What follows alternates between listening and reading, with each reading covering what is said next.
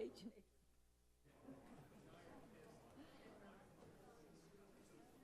kidding.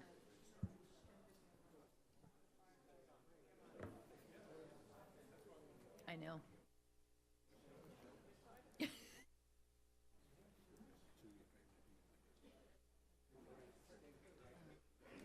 Which one?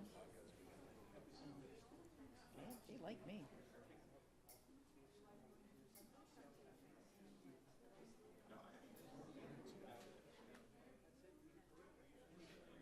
Yeah, I asked them to be here.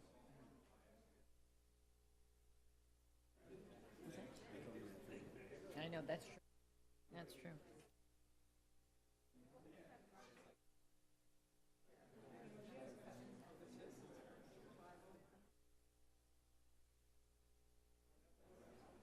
Okay. Okay.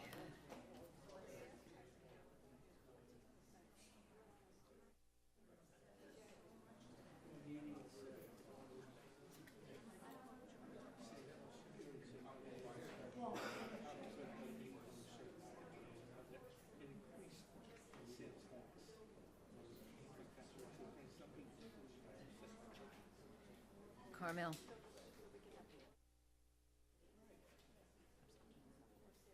Did you get a text?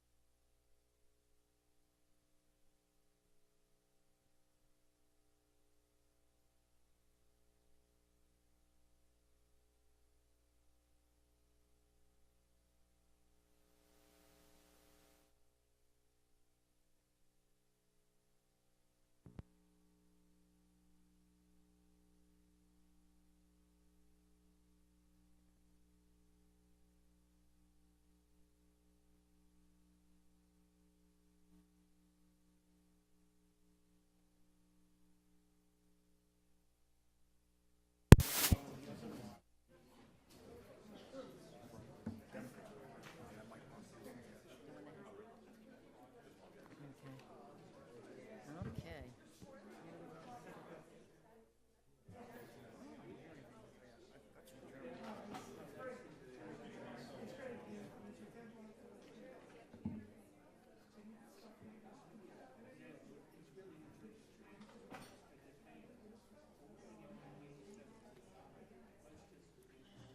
One more minute.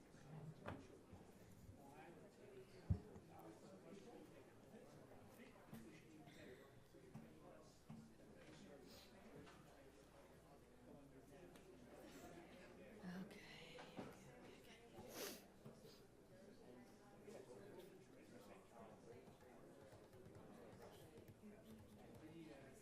Packed room.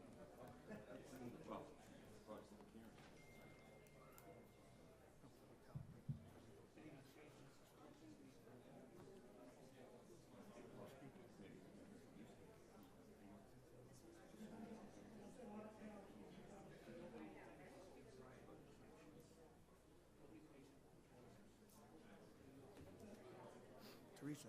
Mm-hmm. Your microphone's on, so just. Is there something, I'm just saying, just like I said, something that is for everyone No, no, no, I'll say, but I mean, I don't want to speak for everybody. Is everybody here voting? I mean, if we know that everybody's, well, you're voting for it, right? everyone else is. No, I know. Are you just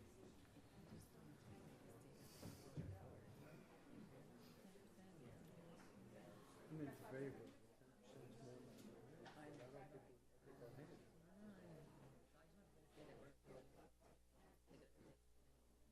Yeah, I think we're all gonna go. Okay. I mean, I'd love to make a point of Well, we.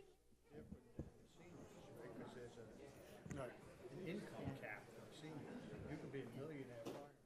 And now that poor senior making 60 grand has to pay your Someone's bill. making, but if they can be 10 years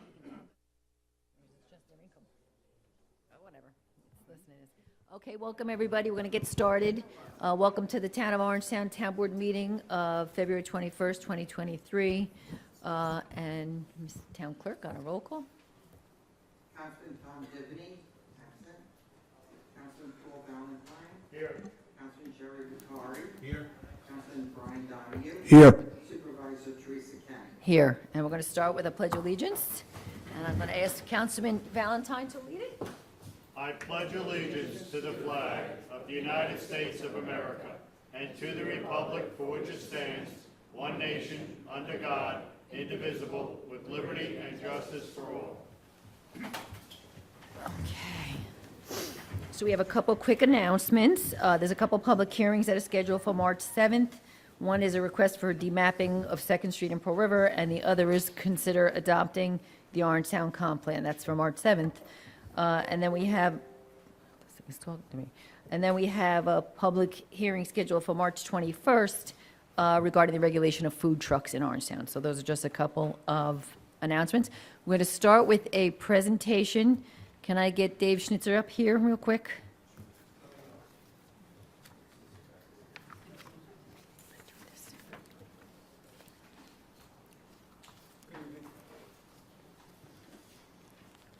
Good evening, folks. Madam Supervisor, Good to members see of the you. board, good to see you all. Folks, thank you. My name is Dave Schnitzer. I'm the current chairman of OVESC. I'm also joined by some former board members and our current board members in the back of the room as well. OVESC stands for Orangetown Volunteer Emergency Service Coalition. We house, or we do the best we can to house the town's emergency first responders. So I have a bit of a presentation to explain a little more detail on who we are and how we do it, if I may. You may. All right. I would like to begin by informing you all that OVESC stands for Orangetown Volunteer Emergency Service Coalition, Inc. We were created by filing a certificate of corporation in the state of New York as a domestic New York not-for-profit on December 30th, 2003. Thereafter, OVESC proceeded with filing its application with the Internal Revenue Service under IRC Section 501c3 for recognition as an exempt organization, which was awarded to OVESC in 2003.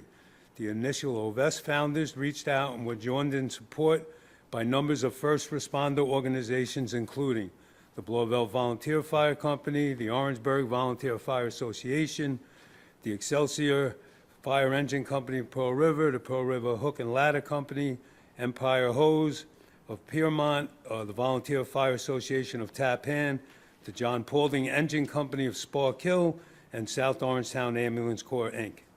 In 2004, our board members were, respectfully, Bruce Leonard as chair, William Bill Harris as vice chair, Glenn Album from SOAC as treasurer, Peter Byrne as secretary, George Ingalls as a board member, Mike Yanazone as a board member, William McDowell as a board member, and myself, Dave Schnitzer, as a board member.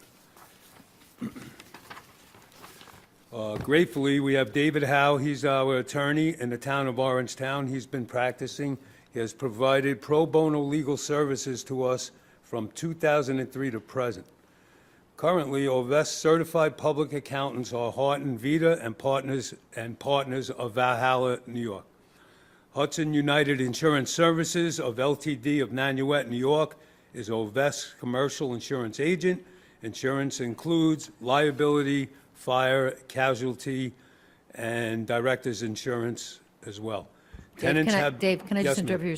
Sure. This is what you emailed to us, Yeah, right? this was the Okay. presentation as a Okay. whole, yeah. You don't plan on reading all this, do you? No, I was just going to give you that first section just to make people aware of what we Okay. were, and I was going to just jump Okay, around for you a perfect. little bit, right? Yeah. So now that we got to that point, that's our base structure. So we service and house the volunteers and our mutual aid companies in Orangetown on Chiefs Harris Way. We've been partnering up with the town board for many, many years. It's been a very successful program. We have situated 11 families back into their respective districts and/or responsive areas as homeowners, as well as we've helped people relocate back into their geographical distances, 45 individuals that have lived with Ovesque have come and gone as well. So basically, with partnership with the town, we've been one of the best success stories you can imagine as far as the volunteer housing service goes, yeah. Okay, so as you know, I was here back in 2003 when this, Yes, Dave and I, we're been involved with this for a long time. And what brought about this presentation is I know there's just been some conversations about renewing or extending. And one of the things I found surprising, and this is very helpful, this is exactly what I needed, was Great. that there was no ongoing accountability, for lack of a better word, because I know you guys are doing good work. No one is questioning that. Sure, sure. But it is still taxpayer resources, so I felt like an ongoing annual presentation, report, whatever you want to call it, would be 100%. appropriate to know. And, I mean, again, I didn't know how many families went through the program, and I had questions like that. So that's how this came about. No, that's fine. I did read through this closely. I do have a couple questions. I'm not going to put you on the spot. There's nothing that can't wait to do it another time. I do see that you do receive a yearly accounting from your bookkeeper. Again, that's something I think that should be shared with the town, once a year, something like that. Not a problem. So, I mean, the couple of questions I have, I think you answered here. The couple of other minor things that are in here, I'm not gonna put you on the spot. We can Sure. deal with that offline. But is there anything that this? Yeah, Anybody- I have a few questions, just because I've been asked, so I'm passing them on. As Teresa said, I'd love if the town could get a copy of the bylaws, the most recent audit. Sure. And the audits we should get on a yearly basis, the same as we do from the Orangetown Housing Authority. 100%. I did notice on the list of tenants that it appears there's a few out-of-town tenants. That's right. Yes. So it's open to more than just Orangetown residents? So those are our mutual aid responders on our borders. So when we had open Tennessee in the past, we were asked, and there was no issue with the sitting board of directors at the time, to help house the mutual aid companies if there was an emptiness, or a slot, I should say, in our housing, which there was at the time. Orangetown residents always take precedence. Everyone is fairly represented on that board, and then when Tennessee comes up, if there is an Orangetown resident, they take preference at all costs, without violating terms of a lease or any of Right, that. yes. Right, obviously, we don't just if it's displace rented, somebody, yes, no, right. obviously not. Out of curiosity, how come there's no representatives from the Blauvelt Fire District on the board?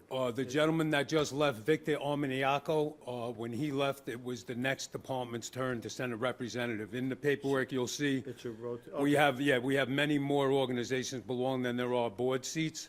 So Victor was there for many, many years. He just retired to Florida, so that was filled in by the next body.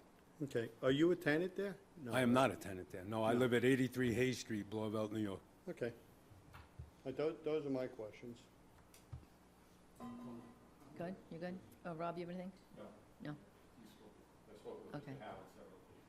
Okay, good. Good. Thank you. This is All right, exactly guys. what I needed. Thank you. Thank you very much. Okay, we're going to go into our workshop of agenda items. Try to be quick with this, because I know there's a couple people here that want to talk. Okay, so the first item is opening the public hearing with regard to the proposed local law to amend for the exemption for senior citizens and partial exemption for disabled persons with limited income. That continues.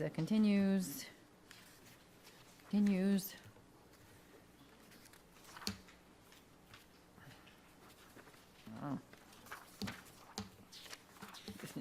Okay, I think we're up to 6. The next one is going to be the proposed local law to amend with regard to the taxation for volunteers, real property tax law. Again, I think most of the people here are probably aware of, because that's why they're here. This is a tax exemption for our volunteers. I believe it's firefighters and ambulance. It's the two that it covers, but we're going to have Brian Kenny make a little presentation on this when he can. Okay, and then the next we go to is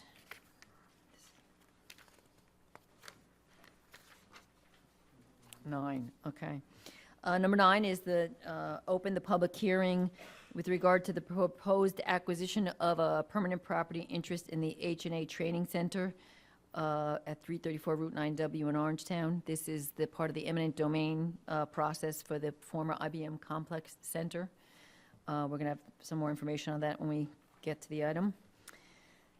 10 is the proposed Okay, number 11, to apply for funding from New York State Archives for a grant. That's for you, right, Rosanna? Is that the grant for you? Yep. For scanning. Number 12, approve, ratify the grade change of information technology computer operator. This again is for a current employee, no change. 13, approve the license agreement with the town of Ramapo relating to the use of the firing range. We have 14 is the approval of sewer registrations. Number 15 is reappointing Brittany Cardaro, one of our deputy attorneys. We're giving her more hours and more duties, to already what she already does. 16, approve the grant permission for members of our highway department to go to highway school, so they continue to do the great job that they do. Number 17, approve award a contract for Bite Lane drainage rehabilitation. This is somewhat of an important issue regarding some flooding we've experienced. Number 18, accept a donation for a memorial bench at Veterans Memorial Park. 19 is authorize and approve the agreement with the New York City Football Club to have access to the Orangetown Soccer Complex when not used by others. 20, grant permission for Pete Stallone to attend the backflow prevention device inspector school. Just like our highway, it's good to have our sewer people all trained up. And then we're just going to combine, we have a bunch of lend assistance, so we have a lend assistance for the 10th Annual Flying Dutchman 5K, the St. Patrick's Day Parade, and then we have a receive and file some documents, and then the audit. So that is the agenda. I had one add-on that I asked the supervisor about. I'm not sure if I sent it to the other board members, but I was going to ask to set a public hearing to amend Chapter 34, Article 9 of the Town Code regarding energy system exemption opt-out. We received a letter regarding a proposed project in Spark Hill, and they're seeking a full exemption. So I'm going to ask that that be set for March 7th for the board's consideration. Obviously, the board is not committed to passing that or not, but just I'd like to set that public hearing because there are some time constraints with it. So I'm asking it be set for March 7th at, what time would it be, Allison? 7:15. Okay, so we'll put that on before we do the audit. We could stick that in there. Thank you. And I'm gonna have one thing under new business, to bring up about an employee. Okay, so just remind me when we get there, we got new business. Okay. So I guess we'll start with, we're going to have our standard public comment. That's, speak about anything, except if you're here for the public hearings, hold off to the public hearings. Brian, come first. It's going to be 3 minutes before we even do the public comment. Do the hearings? Okay, we'll come back to the public comment because it looks like most of you are not here for that. So we're going to start, I guess we'll open the public hearing, then have Brian come up. Okay, so I'm going to jump to number 3. Can I get a motion to open the public hearing on the proposed local law with regard to the senior citizen tax exemption? I'll make a motion. I'll second. All in favor? Aye. Okay. So we're going to start, Brian Kenny, are you here? I saw him. I seen him, there he is.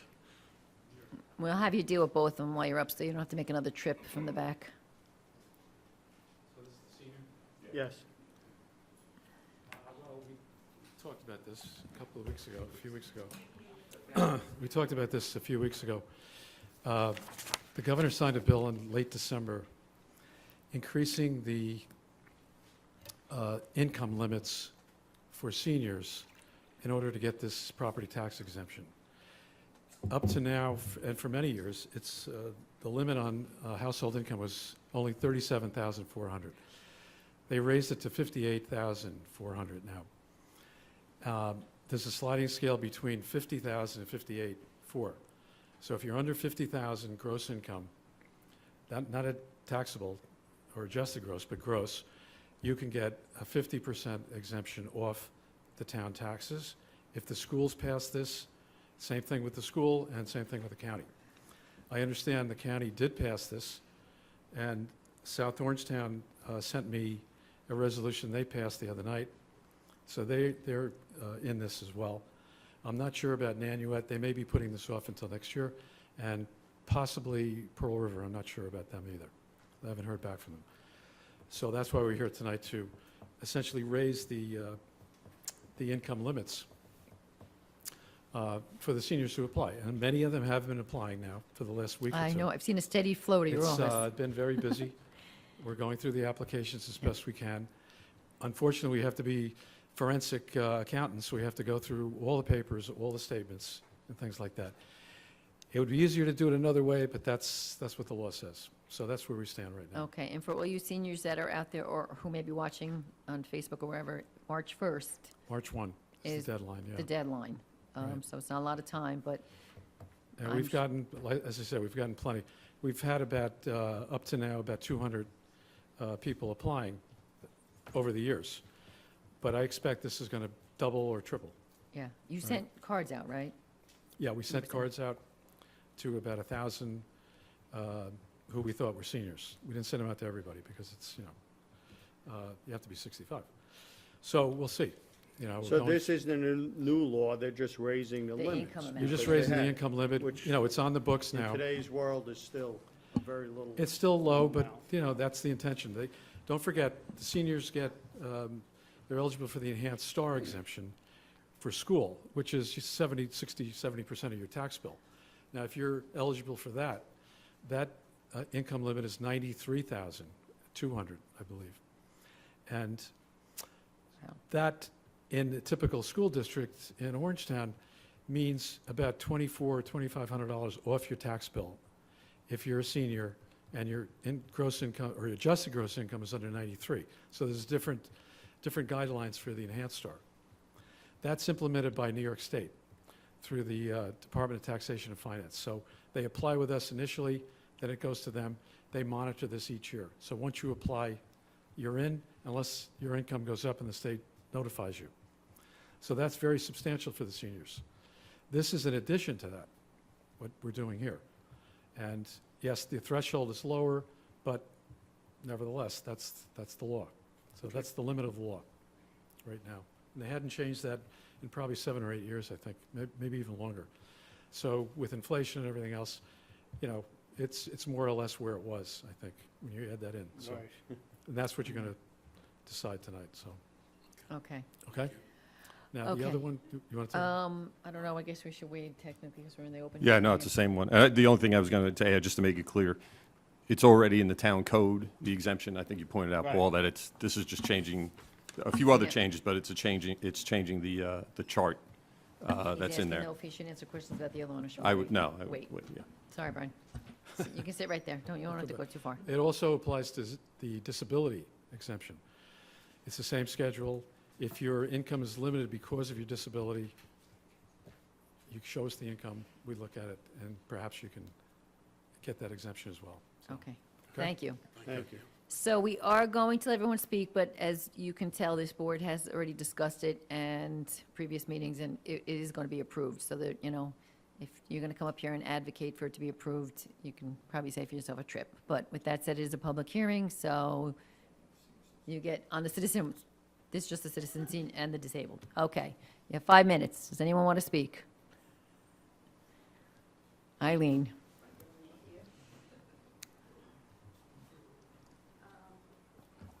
Okay, I guess this will stay here.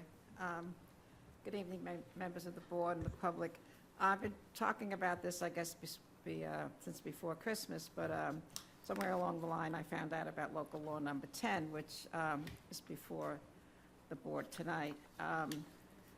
While I guess people who will be responsible, I guess, for paying the full impact of school taxes and town taxes, I, for one, have lived here for 51 years. I have paid school taxes and town taxes for all those years. I have no children in the school district anymore. And what I see more and more as I go through life is there are more and more gimmicks to avoid sales tax or property taxes. One of the things I see, which have always irked me, is the pilot programs that are in the town. They allow companies to make property tax payments on an age schedule, from what I understand, instead of paying the full taxes during the year. This goes on for about 10 years, and after 10 years, a lot of those companies pack up and leave town. The SALT program, state and local taxes, that has affected everybody in the county. We can no longer claim taxes. Anything above $10,000 is no longer allowed to be used on your tax returns. As you are aware, many properties in the northern part of Rockland County and elsewhere are being allowed to bypass local zoning and converting homes into schools or synagogues. They then become tax exempt. The issue is not isolated to Ramapo. I feel it is coming to Orangetown sooner rather than later. What do we do? As long as Wailupa exists in its present format, nothing. We can do anything. Tax certiorari's, always approved by the town and school district. These, however, when these tax certs are approved, it's the homeowner, the property owner, that has to fill in for the money that is no longer, that becomes passed. The burden becomes to the residential homeowner rather than the commercial. There are more and more opportunities for people to become not-for-profits. By becoming a not-for-profit, you avoid sales tax. And nobody likes to pay sales tax. I go to New Jersey to avoid the bottle bill, pay less for my gas, and pay no tax on clothes. But however, sales tax is a benefit to a municipality. That's why I feel that the revenue that comes from sales taxes actually goes back to municipalities, as you all know. The burden then to the property owner becomes less if everybody pays a certain percentage of sales tax on a sliding scale. Now the tax is up to 8 point something. We could go to California where they pay 14% sales tax.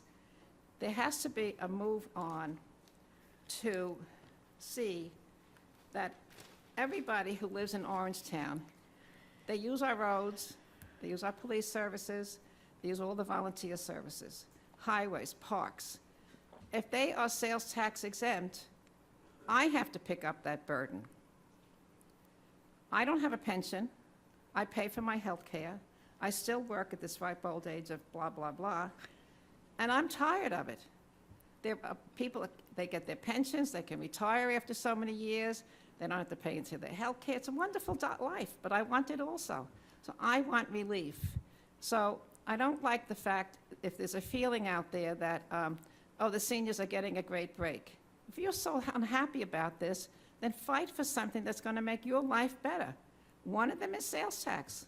One of them is to make sure that every Tom, Dick, and Harry can't become tax exempt and not pay property taxes. There should be a sliding scale. If you're a church or something, you're using our roads. And even if it's 1%, whatever, instead of paying 8% in sales tax, maybe you could pay 2%. But it can't go on. New York State, people want out of it. I love New York State. I have a home in the Adirondacks. Came from there yesterday. The snow is beautiful up there. It's quiet. It's nice. I come down here, and it's like sheer bedlam anymore. I don't know what's going to happen next between the governor in Albany, who wants to change all our local zoning laws, between every other place becoming tax exempt. This can't go on. The average person cannot continue to pay the burden, fill in the gaps. It's not fair, and it's up to our elected officials, whatever party they are, to make sure that everybody pays a sales tax, because that sales tax benefits a municipality. Okay, thank you. Is there anybody else who wants to speak on this particular public hearing? Seeing no hands, can I get a motion to close? Did you, Jerry, did you close? Yes. Jerry made a motion to close. Second? I'll second. All in favor? Aye. Okay. Okay, so the next resolution is to adopt this local law. Can I get a motion? I'll make a motion. All in favor? Aye. Aye. So Okay. the senior citizen one is passed. So I'm putting that. One down. Okay. I'm going to say, I guess we're going to open the public hearing on the volunteers too. We're going to have Brian come up and make a presentation. We're going to say something very similar to what was said about the seniors, that this board is in favor of approving this. So you are welcome to come up and speak again, but there's no need to come up if your goal is to just convince us to vote for it. But anyway, can I get a motion to open the public hearing? A motion. Second? I'll second it. All in favor? Aye. Okay, Brian, you're up. Okay, this is another exemption that was signed at the end of last year. We currently have an exemption for volunteer fire and ambulance people. It's a very low exemption. It's only limited to 3,000 of the assessment times our ratio, our equalization ratio. When you come right down to it, it's worth about $20. And that's been in place for quite a long time. So over the years, we have told applicants, you're better off taking the $200 tax benefit on your state income tax in lieu of this. You can't have both. So now, the governor, they passed a law in the legislature that increases the volunteer benefit on the property tax up to 10% of the assessment with no equalization ratio applied to it. It's simply if your assessment's 200,000 and at 10%, you would get 20,000 off the assessment times whatever the tax rate is. So it's more substantial. It doesn't have to be 10%. It can be anywhere from 1 to 10%. That's up to the board to decide. And it's based on another factor, which is the amount of service, the years in service, from 2 years to 5 years, anywhere in between. Also your decision. And essentially that's it. So it's a lot more substantial. I think it's something that many of the towns are going to pass if they haven't already. It's needed. It's expensive to live here. Unfortunately, it's another exemption. It's another, I mean, I look at it from the tax base point of view, and there's going to be a shift to people that are not qualified for the exemption, but so is the senior and any exemption. Pilots, anything like that gets shifted to people who don't qualify, and so it raises their taxes. It's probably not that, I haven't done the math because we don't know how many people are going to apply. The other thing about this is we need to know from each of the districts, I need to see a list, certified list of the members and the years served. And if the board decides 2 years is the minimum qualifications, then we'll choose those people. If it's 5 years, then we'll go to that. But that's your decision, I think. So. Any Question for questions? you. I think I read it, but I just want to confirm. They have to be a volunteer in Orangetown, right? It's not, They have to be in Orangetown, yeah. Yes. okay. And And there's some other qualifications for unremarried spouses and so on. But that's in the law. I don't know if you want to get into that right now, but if somebody has 20-year service and he passed, the wife can keep the exemption as long as she's unremarried and so on. And there's a few other qualifications like that. And the law is drafted, left out the percentage blank, and so the board might want to discuss that before opening up the public hearing, again, just so that you know. The other, in terms of the years, the exemption already was in for 5 years, so that's not proposed to be changed unless the board wants to change it to 2 or something else. So, Brian, again, just to be clear, there's no income verification and there's no maximum? So if someone lives in a assessed $200,000 house or assessed $1 million house, they get the percentage off? Yeah, yes, So that's it's true. quite different than the senior? Yeah, where it's there's- completely different, yeah. Okay. It's just across the board. So it's really the percentage that you want to offer. I think that's important. You can have a very low assessment, and it wouldn't make that much of a difference. But as you said, if you have a very high one, or you live in an upscale neighborhood, you have a high assessment on that, it's going to be 10% of a big number. Yeah. It's not the ideal way of doing it. All right. It's, as Eileen said, even nonprofits use our roads. So, but unfortunately, that's state legislature that makes the determinations, not in the locality. So it is a little, unfair in many ways, the property tax system in New York. And it's like that in many other states as well. But we have to deal with what we are offered, so. And, you know, the legislature passes this, they don't tell the municipalities what to do. We can opt into these things. That's why it would be, you know, your choice on a local level. Every town can do what they want, so. Taxes don't go down, they just get shifted. They get shifted, that's correct, yeah.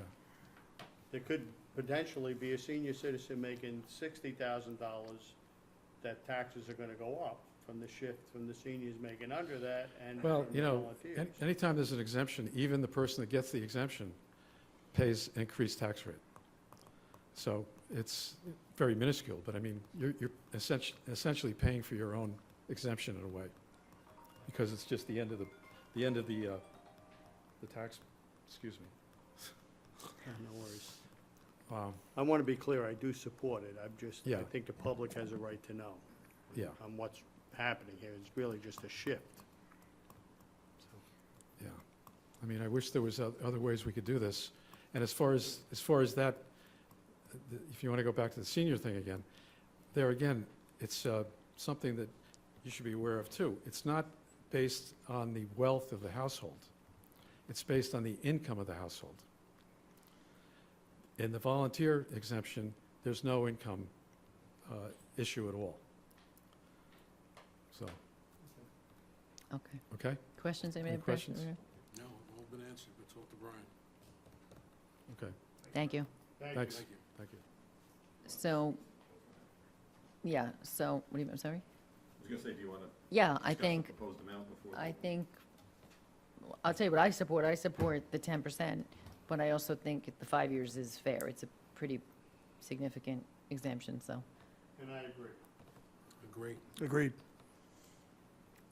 Okay, so on that note, we do have some people signed up to speak. I have Thomas Abraham. You decline? Okay. Yeah, so just to be clear, the board right now is in agreement that we're gonna vote yes for a 10% exemption for people with 5 years Service. service. Well, yeah. That's qualified by their firehouse or ambulance. Okay, is there anybody else who would like to, anyone who would like to speak?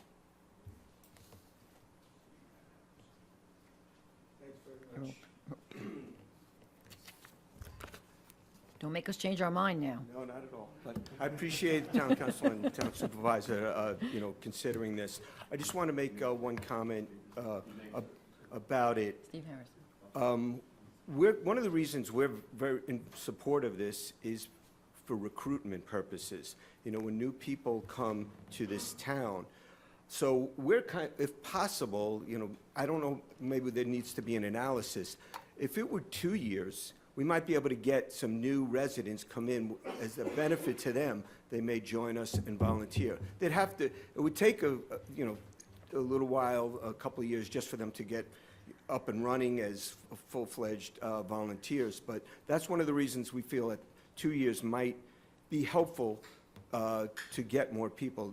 We do about, in South Orangetown, we have, the fire department does a lot of jobs. We do almost 3,000 jobs a year, and so, which has been increasing. I've been a volunteer for 28 years, and more than doubled since I started. So it's something to consider, because God forbid we'd be, if we had to have paid fire service and paid EMS service in this town, then all of our taxes would go up really substantially. So it's something to consider. We were looking at it as leadership of these organizations as a recruitment tool, and we think that might help. Thank you. Thank you. Is there anybody else who wants to speak that didn't get a chance to speak on this? I make a motion to close public comment. I'll second. All in favor? Aye. Aye. Okay, anybody want to say anything? No, I'm good. Okay, you're good. I Anybody want to say said anything? my piece. Okay. Okay. Oh, yeah, I just want to just address that issue.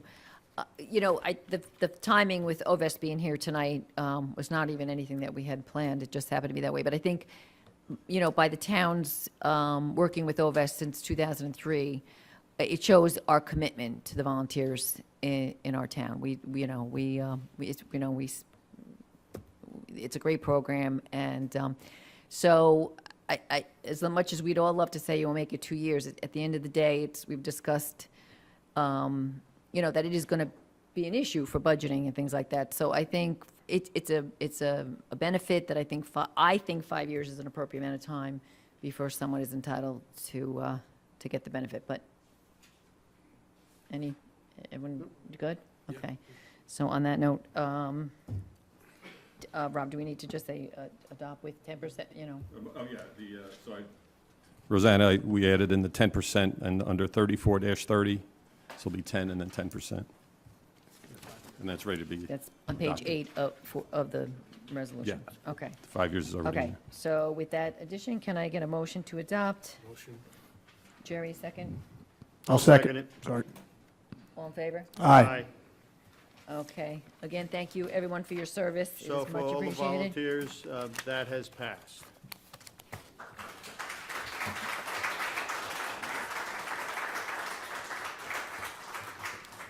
Well, thank you for your service. Yeah, thank you for your service, and as much as I know you want to stay, we'll give you a few seconds to exit the room.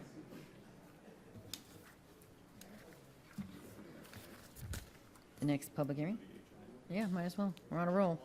We're on a roll.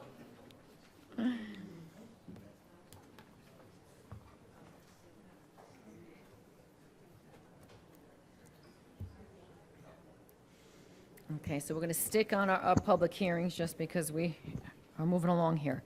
Okay, so can I get a motion to open the public hearing for the proposed acquisition of a permanent property interest for the H&A Training Center? I'll make a motion. I'll second. All in favor? Aye. Okay, so, hold on a second here. Have Just, myself here. we have a stenographer, so I'm just going to ask you to Oh, speak a little Okay. slowly. Oh, boy, you for know our how I benefit. talk fast, I'll try. Okay. So this is certainly a first for this town board, and hopefully a last, but anyway. Just by way of just a little history on this matter. When I took office, I started in January 2020, I came in knowing that the H&A property had previously been for sale, and it actually had a buyer that had fallen through. I came in, and within, weeks, I was being approached by a lot of people interested in the property that needed zone changes, and they were coming to me with every kind of thing you could possibly imagine. So it got me thinking that, working with H&A would be the best way for this to move forward, because we could work with the developer that they knew they had the town support, and yet H&A would know that the buyer was getting what they needed and would reap what I used to say was a win-win. They'd get a good price for the property. So I had approached H&A from early days, and we did. We entered into a kind of tentative arrangement. They were participants in the whole process to the extent they wanted to be. Because we all realized that this property, offered significant redevelopment opportunities for the town. With COVID, obviously the hotel was closed for 2 years. They are now upwards of over $5 million in tax arrears. Since the property's been closed, we've had all sorts of problems. We had a oil leak, we had an oil spill, we had we may still have a sinkhole in the road, the utilities have been turned off, there's been water in the basement, we've had all sorts of vandalism, and our police have been very active with going to the property. So it's really, the property sadly has fallen into some bit of a blight, I guess is the word that we like to use. But the town, we've always had a vision for this property for redevelopment. We see, the increased tax revenue, job growth, and community uses, trails, bikes, paths, open space. So we took the action, again, in part with H&A being on board, to attract redevelopment. We went out, we did a request for expression of interest. We got, upwards of 12 or 15 applicants. We narrowed them down. We had interviews. Many of you sat through the one that was virtual. And we narrowed it down to picking a chosen developer. We selected Reveal LLC as the preferred developer. To be clear, the parties entered into negotiations in good faith, I would say in good faith. And they have been continuing. And it's our hope that they are going to actually reach some kind of agreement before this process ends. And I don't mean by tonight, but this is a much longer process that we have to go through. But does now involve legal actions of other people. You know, there's the SL Green, that if anyone who keeps up on it knows that there's another party that has brought lawsuit basically to intervene themselves into this process. So our attorneys, and we do have one here tonight who's going to follow up and make sense of everything I'm burbling about, did reach out and has been in touch with SL Green, and they are very well aware of the process that we're going through. So we basically, through Reveal, and we have this concept vision, again, for those of you who saw their presentation, you know, we're refurbished, branded destination hotel, I think they call it glamping, a restaurant bar, a gym, a spa, event space with a conference center, a working farm, a test kitchen, co-working spaces. There was the possibility of additional 20 to 30 townhouses, and then again, to preserve some open space and of the environmentally sensitive areas. So we basically went through a process with Reveal, and we entered into a MOU, Memorandum of Understanding, for them to buy the property. And again, it's been 16 months. We've been involved, somewhat on the outskirts. We did actually meet at one point with both of the parties, just so I could get a personal feel for who was not being necessarily cooperative. So we've been somewhat involved, but not sitting at the table. So at this point, we do really expect a written purchase and sale agreement in the near future. But I've also thought that for the last year. So we're moving forward, hoping that we don't need to actually get to the final step, but just in case, we're going to move forward. So at this point, we intend to continue with the process until there is a closing, and our proposed purchaser can start with the redevelopment of the property. So on that note, I guess I'd just add that I guess one of the reasons why it's coming to somewhat of a head, as I described some of the issues at the property, it's really becoming a public safety risk. You know, again, I know some of the neighbors have complained. We've had the police over there. There's been several police reports. I know there was one arrest for vandalism. So it's really, at this point, it's, you know, it's on us, I think, to do what we need to do for the public safety. So tonight, we're going to hear your comments. And again, we're not going to be taking any firm action tonight. But on that note, I'm going to turn it over to our special counsel, David Cooper. He's from Zarin and Steinmetz, to just give a little bit more information on it. Thank you, Supervisor and members of the board. For the record, my name is David Cooper. I'm a partner with the law firm of Zarin and Steinmetz, serving as the town's special counsel in this matter, and particularly in the condemnation matter.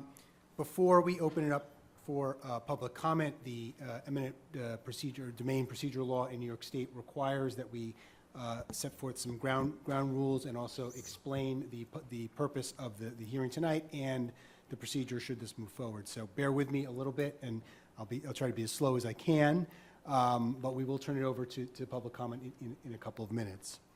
So the purpose of the public hearing, before the town can initiate a formal acquisition proceeding, it must determine that the acquisition of the condemnation itself serves a public purpose.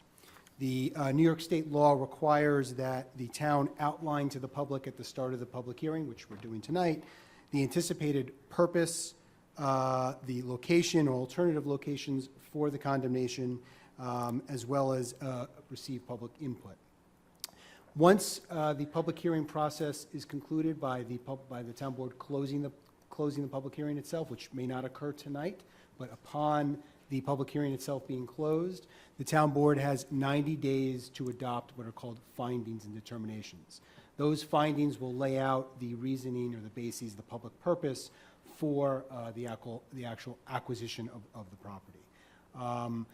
Upon adopting findings, the town would then have 3 years to actually go forward with the formal acquisition of the property by commencing proceeding in the Rockland County Supreme Court.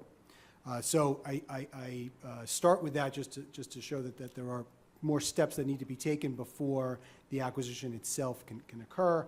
Tonight, we're kicking that process off with the public hearing.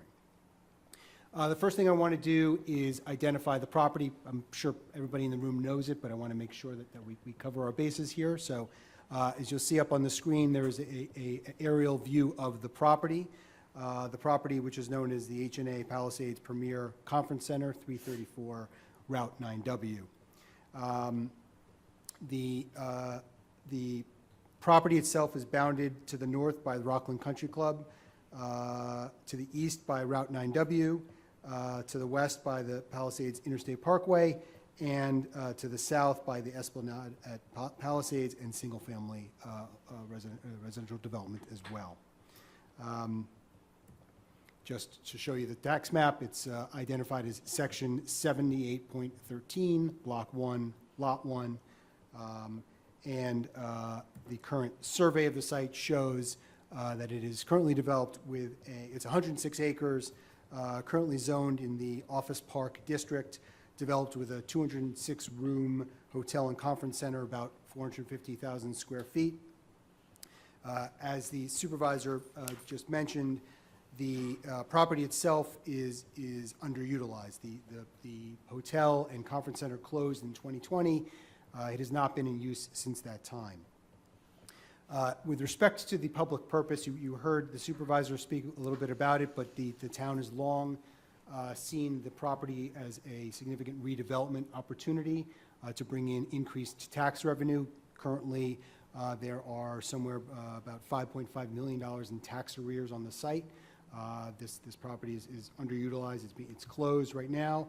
The town does believe that redevelopment of the property with mixed uses could bring significant revenue, tax revenue, significant job creation, and significant community uses to the property.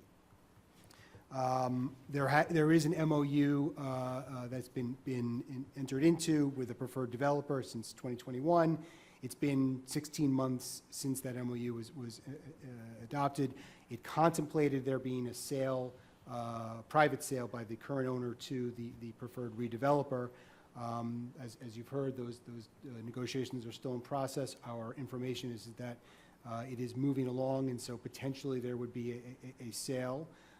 But due to the time that it's taken to get to this point, the town has determined that in order to really revitalize this property, it may need to exercise its eminent domain authority and take the property and so that it can spur the redevelopment. I would note that the MOU has always contemplated the potential for the town to use its eminent domain authority, so that's one of the reasons why we're here tonight. In addition, the property is in what I would characterize as a deteriorating condition. There are several public safety hazards and concerns at the site. I will give a review quickly. I'm going to enter into the record a series of violations and police reports that have been documented since 2020 at the site. They include a November 19th, 2021 petroleum spill that occurred at the site due to a mechanical failure of a generator, which discharged the petroleum into the town's wastewater treatment plant. That's how it was identified. In January of 2022, sinkholes were observed and found at the entranceways or accessways to the property, making emergency access very difficult. In February of 2022, a fire department inspection revealed additional public safety hazards, including emergency access roads, which were virtually impassable, fire hydrants that were leaking and not usable, and basement doors that had been propped open, allowing trespass, essentially. On the topic of trespass, the police have been called to the site numerous times between 2021 and 2022. Various break-ins and vandalisms and fire alarms have been set off. May and June of 2021, there were several break-ins and vandalisms to the property. In January of 2022, a fire alarm was discharged because there was a burst pipe at the property. In July of 2022, various individuals were found at the site breaking in and destroying property, and several other reports going all the way through to January of this year of people dumping materials at the site, rocks, fill, et cetera. And so as the town is waiting to see this site redeveloped, unfortunately, conditions are becoming worse and worse at the site, and public safety hazards are increasing. And so, one, not only is there a redevelopment opportunity at the site, but the town also views that the public safety concerns that are increasing also add to the purpose, the public purpose of potentially acquiring the site through eminent domain, should we move forward. With respect to alternatives, the EDPL does require the town to identify alternative sites. Obviously, this is a unique site because the redevelopment opportunity and the public safety concerns are unique to this site, so there are no alternative locations for this acquisition or for any potential redevelopment on this property. We did notice, the town did publish notification in the newspaper, as well as serve notice on the public, on the property owner. I will enter into the record at the end of the hearing the notice themselves, the affidavit of publication, as well as the letter that was sent to the property owner. Oh, I'm sorry, that was slide 4. I missed it. That was part of the the building itself has now been deemed unsafe and dangerous by the building department. This is from 2022. These are photos of the actual, excuse me, posters that are on the doors.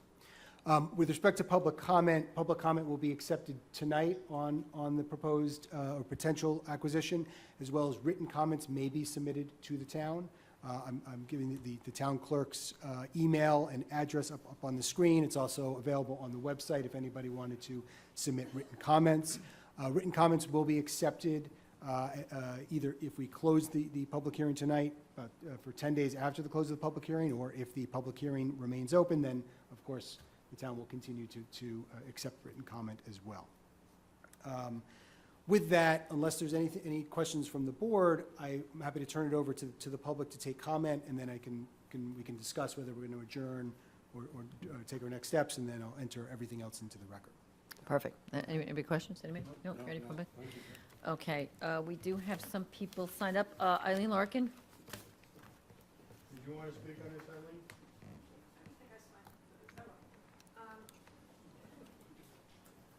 Never miss a chance. Anyway, I just think back when the property was owned by a gentleman from Nyack, and we used to have the Orangetown summer programs over there for the kids, and he maintained it beautifully. And then IBM came into town, and we were all so proud of the what they built over there, and the conferences and meetings. President Clinton was there, I think, in 1997, and everybody was very proud of that facility. And now, what it has turned into is really rather sad for the town. I hope that we can get the site, the sale of it transferred into Bevel, I think you called it, and that something good will come out of it. I saw it was 115 acres, but I could be wrong. But anyway, it could be a beautiful site. The suggestions and the ideas they have for this site are certainly very interesting. While I was upstate this weekend, in North Creek, a woman used to do, she's known for the mural that she did on a wall in the town of North Creek. And now, she's built it out, and now people used to say, oh, you should have a store. So she opened up a store, and now what she has turned it into is that local craftspeople have a space, and they can come and they can do her stonework, and other people have other crafts there too. And I think that's part of what is planned for this site, that there would be certain sections available to people that have a certain craft, what they want to do, plus the conferences and what have you. I'm glad you're doing this. Wherever it goes takes us. Might take a while, but hopefully in the meantime, H&A will decide to sell the property and start to pay off some of their people that they owe money to. It's a long haul, but I think it's worth waiting to get it done, because this site is 15 minutes from the George Washington Bridge, 110 acres, very valuable piece of property, and we want it to go in the right direction, paying property taxes, sales tax, all those wonderful little things that help everybody. Thank you. Thank you. Okay, that's the only person that signed up, so is there anybody else who would like to speak on this matter? Yeah. Yeah, I'm sorry, you mind coming up? Sorry, no, yeah, and we actually have a court reporter, we don't normally do that, but because of the eminent domain, we do, so if you wouldn't mind just stating your name for the record. My name is Liz Bailey, and I'm from Palisades, New York. And I just had... B-A-I-L-E-Y. Elizabeth. I see that in the past, and I don't know how recent, but there's been a lot of commercials and things being filmed in H&A, and was curious who is in charge of that. Is that still occurring? And was there an income that was generated from that, and is that an opportunity if we were to fix the sinkholes at least to make it safe enough? Is that something that you would continue to do in the near future until the sale is final? Okay, thank you. I think we'll wait until the end, and we'll see if anybody else has any other questions. Anybody else want to speak that didn't have a chance to speak? Carol? Yeah. Sure. Hi, Carol Baxter. Whoa. Palisades, New York. Thank you for all what the town has done to watch over this property. It's been a very challenging process. You know, we've been involved in it longer than you've been here.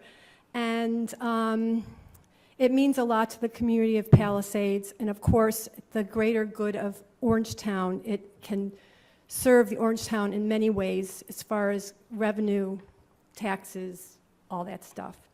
I'm not really sure about what's happening here tonight. I guess it was just kind of, I have more questions than I do actually comments. I don't know if I should ask these as questions and then write them down. Yeah, why don't you ask them? They're going to be part of the record. Okay. We may not necessarily answer them all tonight, but we'll Right. at least get your questions out That's there. okay, okay. 90 days to adopt the findings of the public purpose. I guess that's to say why what they want to do on the property is something that it's a benefit to the public. But the 3 years to go forward to the acquisition of the property. So there's a 3-year period of time, I guess, that is, at that time, is it in limbo? Is it frozen? I mean, does H&A still own the property, or is it like a frozen period of time where no one really owns it? And during that 3 years, who's in possession of the property? Who maintains the property? How is the fair market price determined? And I read somewhere that H&A could reject that fair market price, and will that tie up everything now into more lawsuits or whatever? I understand that SL Green now is aware of this process, which they were supposed to know if H&A was going to do H&A of any property was going to be selling, because they want their $185 million back. Since they're aware of the process, can they stop the eminent domain proceedings? Because they probably want more money that they can get out of the fair market value. I don't know. Who will maintain the property during the 3-year period, especially the dam? I think the dam is something that needs annual maintenance, and it's a problem because of the flooding that's below, and I don't know who's maintaining that. And will the last question, the eminent domain, when it's solid, can a conservation easement be identified and set into the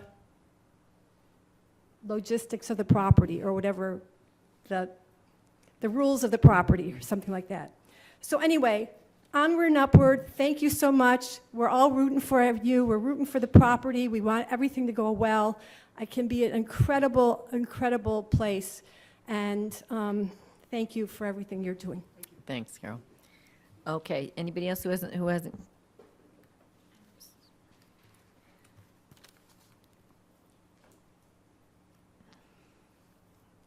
Barbara Meyer, Palisades.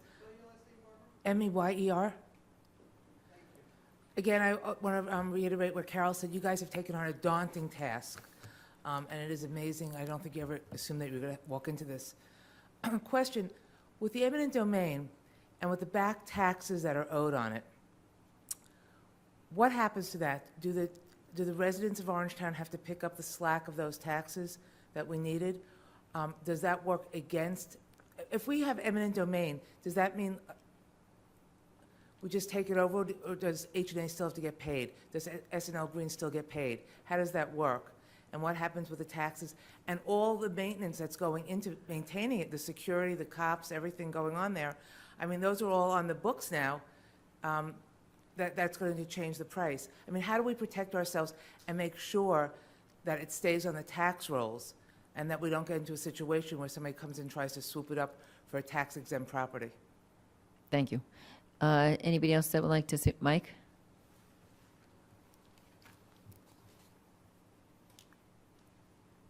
Michael Mandel, M-A-N-D-E-L, Pearl River, Law. It's a great project. I think it's very good that the town is proceeding on even to eminent domain. If we do follow that process to its end, what would be the cost to the town, and how would we fund it? Thank you. Thank you. Anybody else that would like to speak on this matter? One more.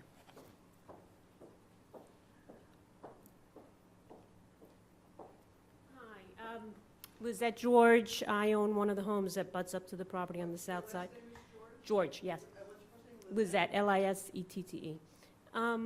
My question is just basically on the security and what sort of security the property is getting now. I fear, like I said, my property butts up right to it. I hear race cars going through. I sometimes can see actual people walking through. I don't know if the town is doing anything aside from just, answering phone calls of people that have called to actually patrol the area. Oh, that's about it. Okay, thank you. Thank you. Is anybody else that would like to speak or ask questions? Again, this is for the record, so even if we don't have the answers immediately, they will be part of the record. Nope? Okay, we are... Sure. As long as you're willing to state your name for the record. Tina Traster from Valley Cottage. Tina, just spell your last name for me. T-R-A-S-T-E-R. Okay, I have a couple of questions. The first is, for the first time, I've heard the word glamping, which was interesting. I know that I've read every iteration of the proposals, and I've been reporting on this, but glamping, that was a new one. Yeah. Can you address that tonight? Maybe. And also, I guess I wanted to just try to understand the process of where the developer fits in terms of while this is going through eminent domain. Are they still in the picture? Or can this be, in other words, will the town have to bond and then potentially flip the cost over to the developer? I'd really like to understand potentially what can happen financially. Okay. Anybody else like to speak or ask any questions? Should I have David get back up? Sure. Did you want to answer something, or I can answer something? I can answer some too, yeah. I can answer about a third of them, the rest I have no idea. Well, I guess, let me, before we do that, we do have an option of adjourning this hearing for a date certain and keeping it open, and then perhaps answering them at the next meeting, if you want to take that step. I know we were considering potentially keeping the hearing open anyway, and so it might be better for the record to compile all the questions Right. and then answer them at the same time. But I'll leave it to the board to how they want to handle it. I'm okay with that. I would answer something. I was trying to make it easier. Yeah. On a rainy night, give them something. to go Okay. with.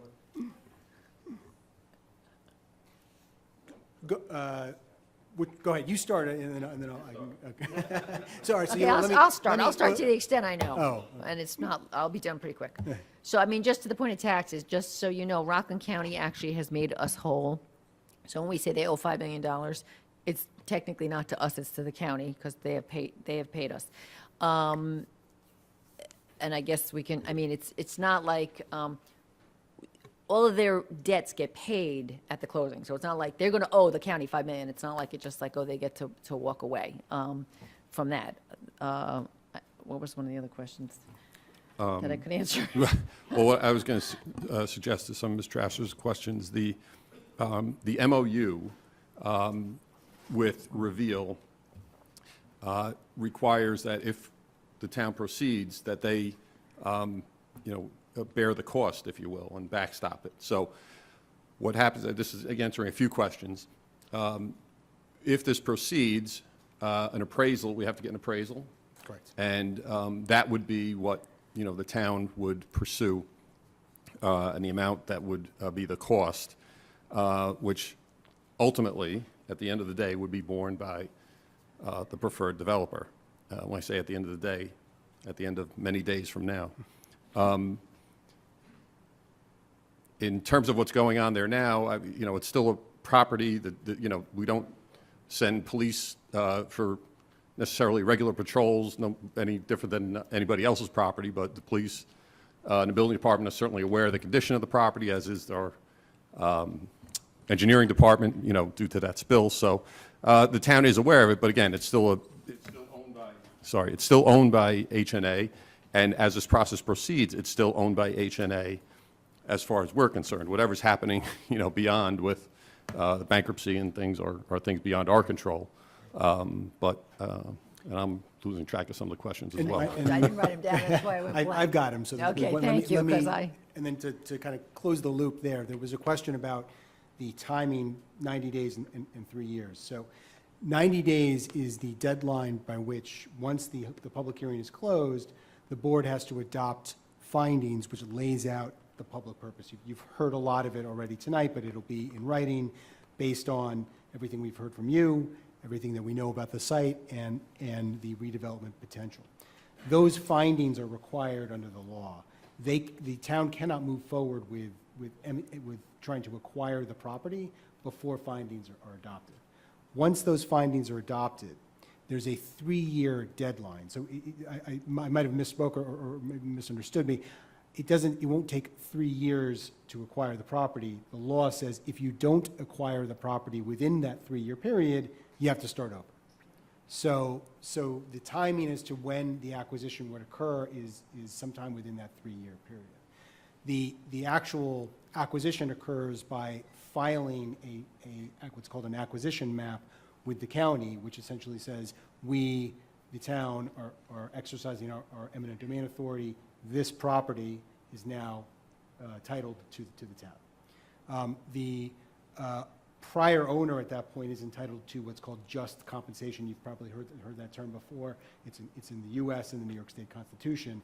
The amount of just compensation would be set based on appraisals, and then if the property owner does not agree with that just compensation, they have the ability to challenge it in a proceeding with the state court. That is, I'm like 10 steps ahead of where we are, right? Tonight, what we're dealing with is the public purpose, but those are all legitimate questions, and so they should be answered.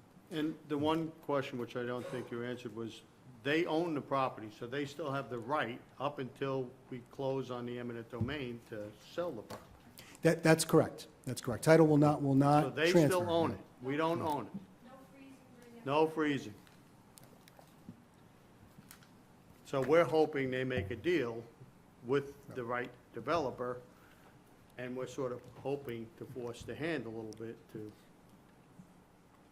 I will say this, though, because I still occasionally do get people emailing me that they're interested in the property. Right. They all need zone changes. So unless someone's going to go in there and buy it and then hope that this town board gives a zone change down the road, I don't imagine that it would be sold without us. But Right. And again, the there's no issue- legal reason they can't, but. Right. Let me just answer that, and then the issue for the board, though, irrespective of whether or not the potential redeveloper is moving forward, it's whether or not there'd be benefit to the town to acquire it so that you can then facilitate a redevelopment, whether it's with the MOU redevelopment or anyone else. That's really the public purpose issue, so. Sorry, I mean. Yeah, let me just call timeout, sorry. In order for this to get on the record, with the board okay if? is the Okay, board, what do yeah, you want- do we want- yeah, just, yeah, go Yeah. up, just be needed for the record. Tina, that's Tina Trester, yes. When the town files an when the town files if and when the town files an acquisition map, does that tie H&A's hands from that moment forward from being able to sell the property? Or when is it that they can no longer sell the property? I'm not clear on that. You want me to answer? I'm happy to. It's completely up to you. If you want to answer it, you can answer it. Sure. Otherwise, we can come back, and when we come back and answer them all. Well, here's what I suggest. After answering this question, I Right. think it probably, rather than Right. keep going back and Got forth, I would adjourn it and set a date certain. But let me answer the question. Until such time as title is transferred to the town, which happens when you file the acquisition map, H&A or the current property owner would own the property. So they, as the property owner, are free to do whatever they want with the property until they don't own title anymore. It's the filing of the acquisition map which transfers title. Yeah. So let Okay. me suggest, rather than going back and forth, Yep. if the board would set a date certain to continue the public hearing, we can move forward from there. And David, I'll just confirm, I'm not sure if it was on the record, counsel for H&A was aware or acknowledged that they were aware of this hearing tonight, correct? Yes, that's correct. What I will do in a second is put into the record, one, the letter that we sent to H&A. I also emailed H&A's counsel with the same notice, and notice was published in the newspaper as required under the EDPL. March- Sure, go ahead. Yeah, you guys. Okay, so while that's being filed in the record, I guess it would be a motion to continue the public hearing Yeah, until to- either the what do you- 7th or the 21st? I think we should, 21st, what do you think? 21st We got a is lot on fine. the 7th, don't we? Yeah. To March 21st. At 7:10. Great. Okay. Okay. Thank you very much. So you're good, okay. See you then. Okay, so can I get a motion to, we didn't vote, did we? No, we did not. Can I get a motion to continue the public hearing until March 21st at 7:10? I'll make a motion. Paul, second? All in favor? Aye. Aye. Okay. Wanna do Should we go public back and comment public now? comment? Okay. So we're going to go back, and we're going to open the regular public comment. Again, so it's 3 minutes now for the public comment. Can I get a motion to open the public comment portion? Motion.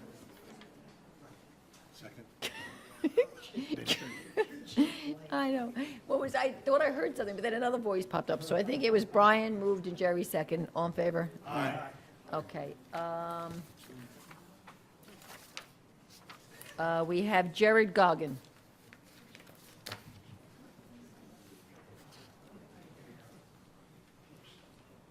Allison. Yeah, thank you.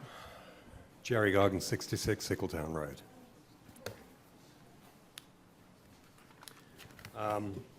I'm reading a letter here that was sent to the board and to Labarge in connection with proposed zoning amendments connected with RCW.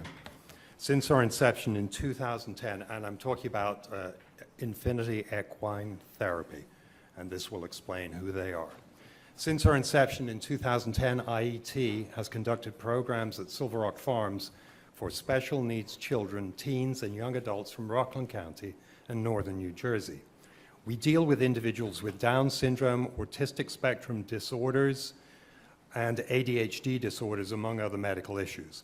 All activities are developed and supervised by IET instructors who have been certified by the Professional Association of Therapeutic Horsemanship, a leading association for development of equine-based activities for the handicapped. The fact that IET can offer its programs at Silver Rock Farm, which is conveniently located, is a major help for the parents and caretakers of these children. In the past 2 years, the expansion of non-conforming activities at the property has had a decidedly negative effect on the programs we deliver. The loud music and the sudden banging of doors have spooked horses during some of our lessons, risking serious injury to our participants, as well as upsetting the riders themselves, given the multiple challenges they face. We are therefore very concerned about the proposed amendment to Town Code, especially Section 3, which aims to insert an entirely new code article providing for agricultural operations and agritourism, neither of which is a material economic activity in the town. The amendment would also substantially expand the activities permitted to the point of permitting fire pits, and unacceptable risk where animals are close by. No clear definition of what constitutes a special event is proposed. Without such a limit, this amendment would entitle the property owner to host virtually any kind of activity, a rock concert, a fun fair, and so forth, and would make it impossible for IET to offer its programs to the area's special needs children and young adults. By changing so Silver Rock Farms offer a haven for those individuals to enjoy an outdoor activity without the stresses they're exposed to during much of their daily lives. By changing the nature of the property, the proposed local law will deprive our clients of an important resource. So the question I want to pose to the board and the community is, are you prepared to look the parents of these special needs children who are serviced by this facility in the eye and tell them, hey, we're sorry, but we decided an open-air bar and music venue is more important than your children who are disadvantaged getting the care they need and have been getting there for the last 13 years. Thank you very much. Thank you. Next, we have Susan McWhinney.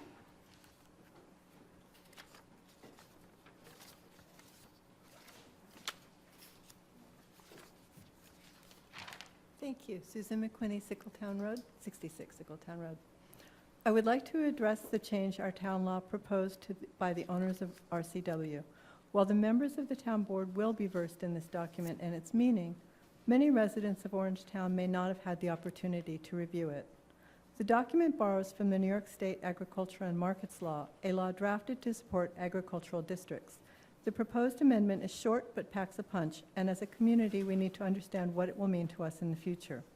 The change adds 2 terms to the town's R80 and R40 codes: agricultural activities, a term not used in Ag and Markets Law, and agritourism, a term universally defined as activities that relate to educating the public about farm life. I will address the term agricultural activities only, and with the understanding that this explanation barely touches on the full impact of this law.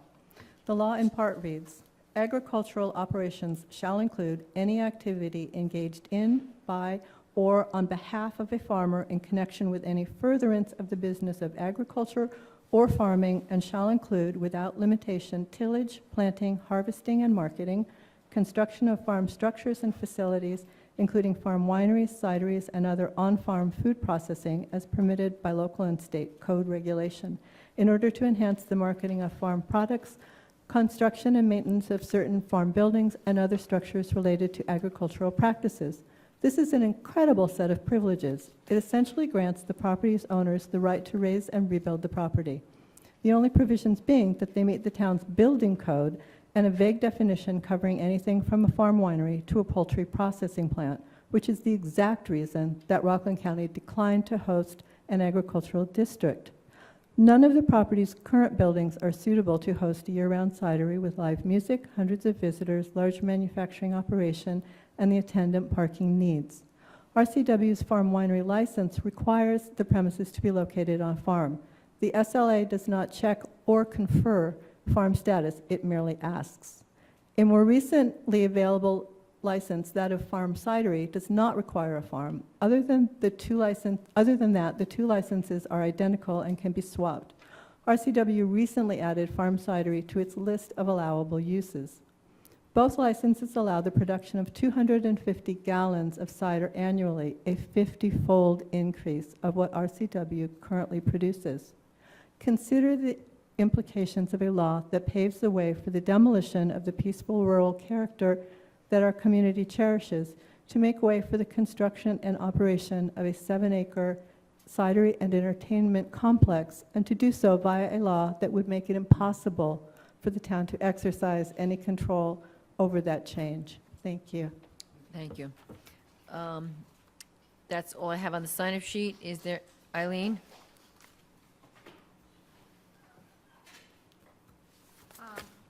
I'm going to speak about the derailment that happened in Ohio. We have CSS coming through Blorveld, Orangeburg, and Tappan. And so all of us saw the terrible derailment and the hazardous material that these 150 cars, I think, were carrying through this area. I'm wondering, like here in Orangetown, how much contact we have with CSX as to what they're actually carrying through our town. My neighbor was heading over got stuck at Western Highway. She counted 100 cars on Sunday at about 1:30 in the afternoon. She was there maybe, she thinks maybe about 15 minutes or so, waiting for the trains to, she started counting them. So it's interesting that OVESC was here tonight, which sounds pretty good. But I'm wondering, I'm concerned about living here in Orangetown, having so much CSX trains coming through. They come through at a fairly good pace. What would happen if they derailed over on Old Tappan Road, in Tappan on Old Tappan Road, or along Western Highway, or on the Bloorveld? What is the emergency plan that we have? I'm heading towards 9W Palisade Parkway, south to the city, if anything happens. I don't know what to do. I mean, I'm being facetious, but I'm also being very serious about this. What is CSX carrying on their trains, on their cars? Most of them look like they were carrying oil or something, as opposed to, you can see they're carrying wood or what have you. But anyway, before something happens, I'm sure the people in Palestine, Ohio, never figured something like this would happen. They're living in fear. I mean, everybody said that after 9/11. Whitman said that the air was clean. It turned out it wasn't so clean. Now they're saying it's clean. You could drink the water. You could take a bath. The fish are dying. The chickens are dying. But the human beings, they're safe. So anyway, I don't know. I mean, I think somebody on the board has to look into what CXS is doing. I don't have the time. I went out of my way to find out about local law number 10. I'm a resident. I should be protected.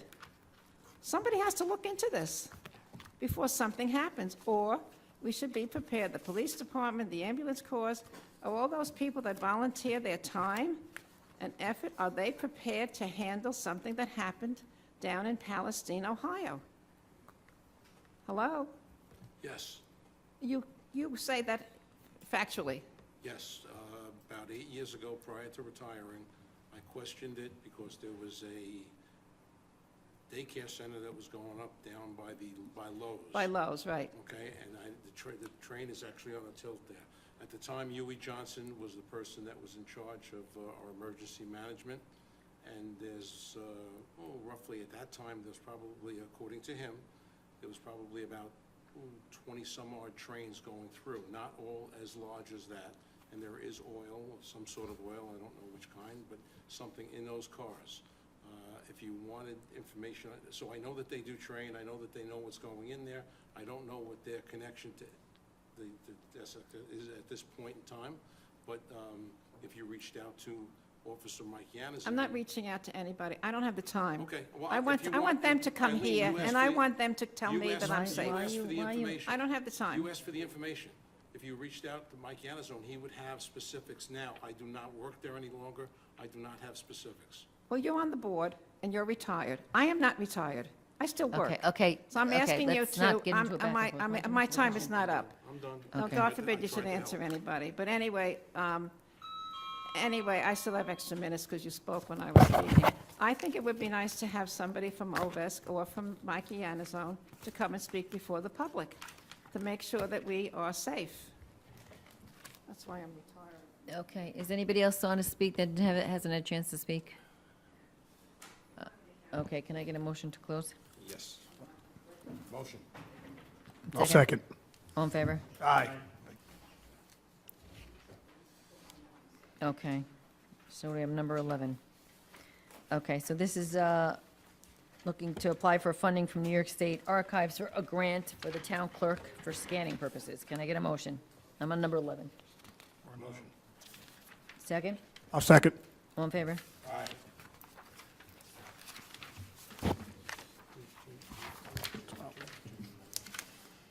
Okay, number 12, approved, ratify the grade change for the position of information technology in the computer operator. I'll make a motion. Second. All in favor? Aye. approve the 2023 license agreement with the town of Ramapo relating to the use of the firing range. Motion? Motion. Second? I'll second. All in favor? Aye. Number 14, approve the certificates of sewer registrations as indicated there. Motion? I'll make a motion. I'll second. All in favor? Aye. Number 15, reappoint Brittany Cordero as a less than full-time deputy town attorney. Motion? Motion. I'll second. Brian, all in favor? Aye. Six. Yes.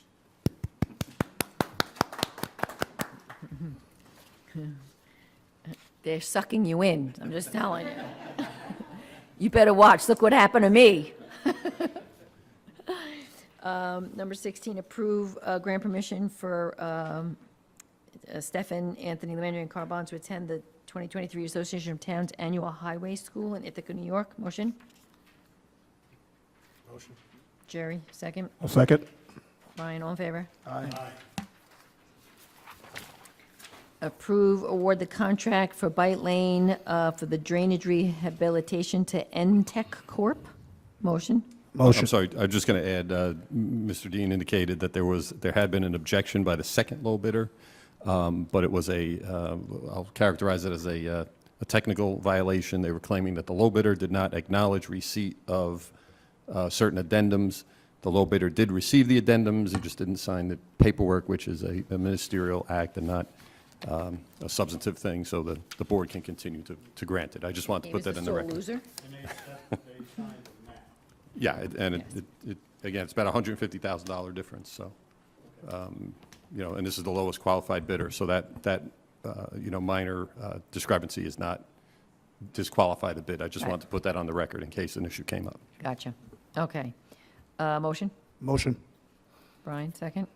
Second. Jerry, all in favor? Aye. Number 18, accept the donation of a memorial bench in memory of Michael and Joan Drespel. To thee I come, before thee I stand. Motion. Brian, second. I'll second. Paul, all in favor? Aye. Number 19, authorize the agreement with the New York City Football Club to have access to the Orangetown Soccer Complex. Motion? Motion. Second. I'll second. All in favor? Aye. Number 20, grant permission for Pete Stallone to attend the backflow prevention device inspector tester training. Sounds very important. Motion? Motion. Brian, second. Second. Jerry, all in favor? Aye. Number 21, combine and approve agenda items 22 and 23, which are both blend assistance. Motion? Motion. Second. I'll second. All in favor? Aye. 24, accept, receive, and file documents at the town clerk's office. Motion. I'll second. All in favor? Aye. Okay, Rob, I'm going to have you, we're going to add your new thing. My New addition agenda item. is to set a public hearing to amend Chapter 34, Article 9 regarding energy system exemption opt-out. That's taxation. The public hearing will be set for March 7th at 7:15 PM, and the town board declares its intention to be lead agency. Motion? Motion. Jerry, second. I'll second. Brian, all in favor? Aye. Okay, do you want to do your new business now, or are we going to wait till after they've voted? Didn't you want to add something?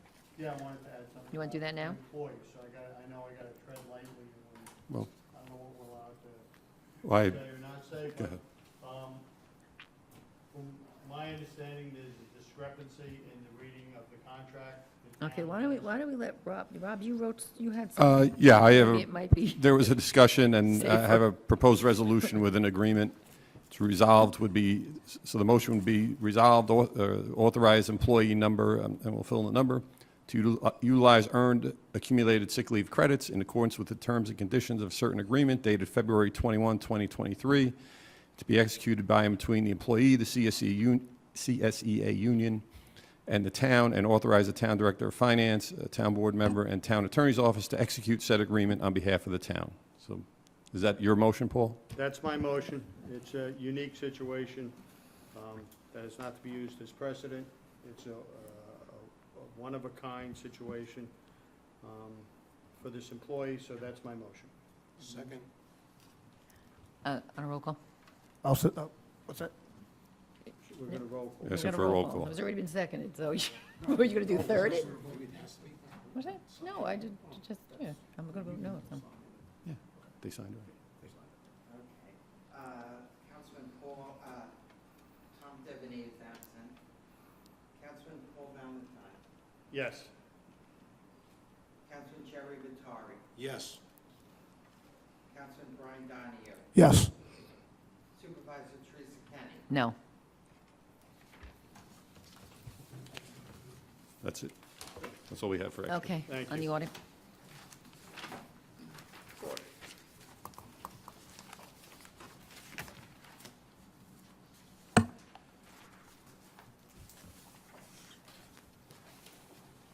Thank you.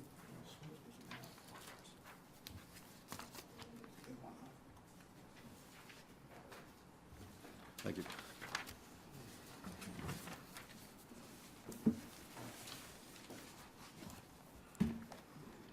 Okay, the audit for tonight's town board meeting consists of 4 warrants for $14.3 million. The first warrant had 14 vouchers for $12.7 million, and that was for all the special district funding that was approved in the budget. Second warrant had 22 vouchers for $152,000. Items of interest, number 1, Collier's Engineering, $21,000 for culvert design. Number 2, Commissioner of Finance, $37,000 for the Police Academy. Number 3, D&E uniforms, $30,000 for police uniforms.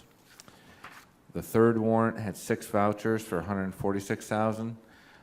Number 8, Fierick Nugent McCartney, $40,000 for a legal settlement. Number 9, J.P. Morgan Equipment Finance, $53,000 for the energy performance contract. The fourth warrant had 131 vouchers for $1.3 million. Items of interest, number 13, Hayden Building Maintenance, $61,000 for the Blue Hill roof repairs at the mansion.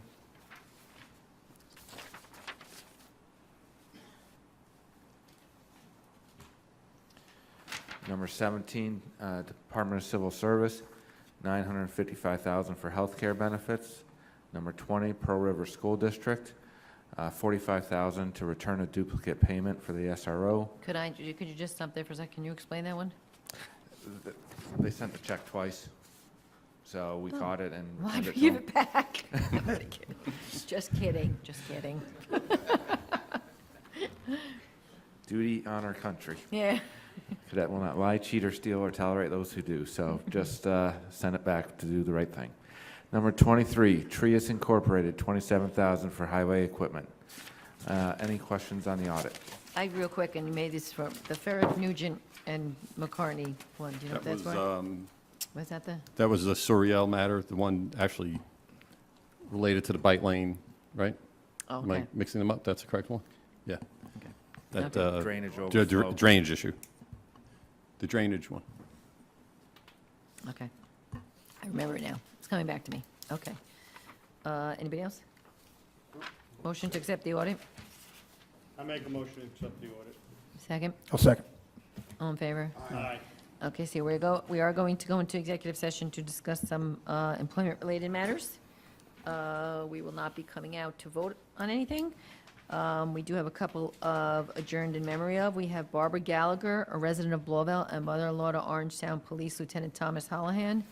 We have Joan Lediger, a resident of Pearl River, and we have Patty Walter, a resident of Blauvelt.